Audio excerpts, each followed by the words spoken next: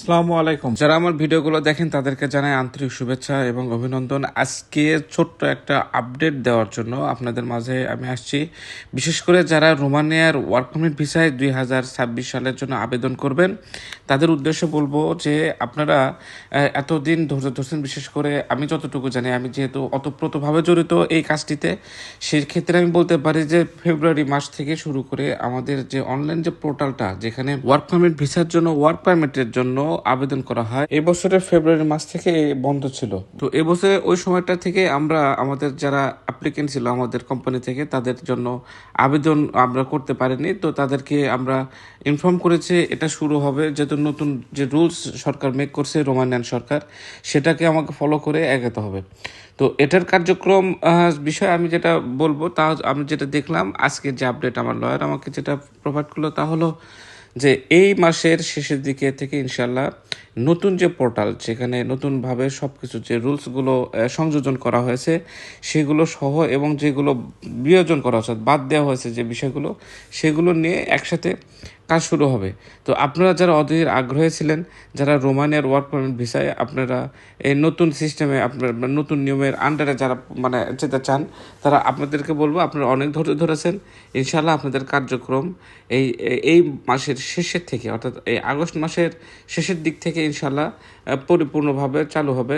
আপনাদেরকে বলবো, তবে এবার আবেদন প্রক্রিয়ায় এই কিছু ব্যতিক্রমও ঘটনা ঘটছে বা ঘটবে, যেটা মূলত আমি যতদূর জানি, তাহলে রোমানিয়ান সরকারকে জামানত হিসেবে আপনাদেরকে টাকা গুনতে হবে, জামানত দিতে হবে। এই অর্থে তাদের কাছে মনে হয় যে বাংলাদেশি বা আমরা এশিয়ান যারা ম্যাক্সিমাম আমরা রোমানিতে গিয়ে ওখান থেকে পালায়ে অন্য কোনো দেশে চলে যাই। এই পরিপ্রেক্ষিতে রোমানিয়ান সরকার এখন এজেন্ট নিয়োগ করেছে, এবং সেই এজেন্টদেরকে নির্দেশনা দেওয়া আছে এইভাবে যে আপনারা যখন বিভিন্ন দেশ থেকে লোক রিক্রুট করবেন, তারা যেন কোনোভাবে রোমানিয়া থেকে পালায় না যায়, সে শর্তে যে এজেন্সিগুলো লোক রিক্রুট করবে বিভিন্ন দেশ থেকে, তাদেরকে এই রোমানিয়ান সরকার তাদের কাছ থেকে ৭৬,০০০ ইউরো সমপরিমাণ অর্থ জামানত হিসেবে রাখতে হবে। এই মর্মে তারা লোক আনতে পারবে।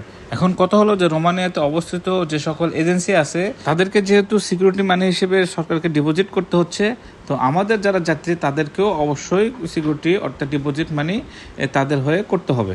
তো এখন যে বিষয়টা হলো যে ভাইয়েরা সিকিউরিটি বা ডিপোজিট মানি আপনারা দিবেন, অর্থাৎ মূল টাকা যেটা আমরা নির্ধারণ করেছি তার বাইরে এই জামানতের টাকাটা আপনারা 1 বছর পরে ওই কোম্পানি বা ওই কোম্পানির যে লয়ার থাকবে তার কাছ থেকে, অর্থাৎ যার হাতে আপনারা রোমানিয়াতে গিয়ে দেবেন তার কাছ থেকে আপনারা এই 2,000 ইউরো সমপরিমাণ টাকা আপনারা রিটার্ন নিয়ে নেবেন। নতুন নিয়মের আওতায় যে ভাইয়েরা রোমানিয়াতে যাবেন, অবশ্যই তাদেরকে এই নতুন নিয়মের যে রুলস রেগুলেশনগুলো আছে এগুলো ফলো করে আপনাদেরকে সামনে আগাইতে হবে। তবে একটা বিষয় সত্য, তা হলো এখন থেকে যারা ওয়ার্ক পারমিট প্রসেসিং এর কাজ করবে এই রোমানিয়ার, বিশেষ করে খুব দ্রুত কাজ হবে, ম্যাক্সিমাম 6 থেকে 8 মাস যারা বাংলাদেশ থেকে আবেদন করবেন, এবং যারা অন্যান্য দেশ থেকে আবেদন করবেন তাদেরও সময় লাগবে খুবই কম। যেহেতু এখন সবগুলো ডিরেক্ট কোম্পানি, তো ওয়ার্ক পারমিট যে কোম্পানির ইস্যু হবে ধরে নেবেন যে ভিসা আপনাদের 100%। আপনারা যারা আমাদের প্রতিষ্ঠানের মাধ্যমে ওয়ার্ক পারমিট ভিসায় রোমানিয়া যেতে চান, দ্রুত স্ক্রিনে দেওয়া নাম্বার যোগাযোগ করতে পারেন। অনেক ভাইরা জিজ্ঞেস করেন যে ভিসা হওয়ার গ্যারান্টি কি। আমরা শুধু গ্যারান্টি দেই হচ্ছে দুটা বিষয়ে। একটা হলো যে আপনার ওয়ার্ক পারমিট যে ডকুমেন্টগুলো পাবেন সেগুলো 100% অথেন্টিক হওয়ার আগ পর্যন্ত আপনারা যে আমাদেরকে ডিপোজিট করবেন এর টাকার গ্যারান্টি আমরা দেব। আমাদের ফেসবুক পেজ আছে, আপনারা চাইলে আমাদের ফেসবুক পেজে ফলো দিয়ে রাখতে পারেন, আমরা সবসময় সেখানে আপডেট দিয়ে থাকি। তো পরবর্তী ভিডিও দেখার আমন্ত্রণ জানিয়ে আজকের মতো বিদায়। আল্লাহ হাফেজ, ধন্যবাদ।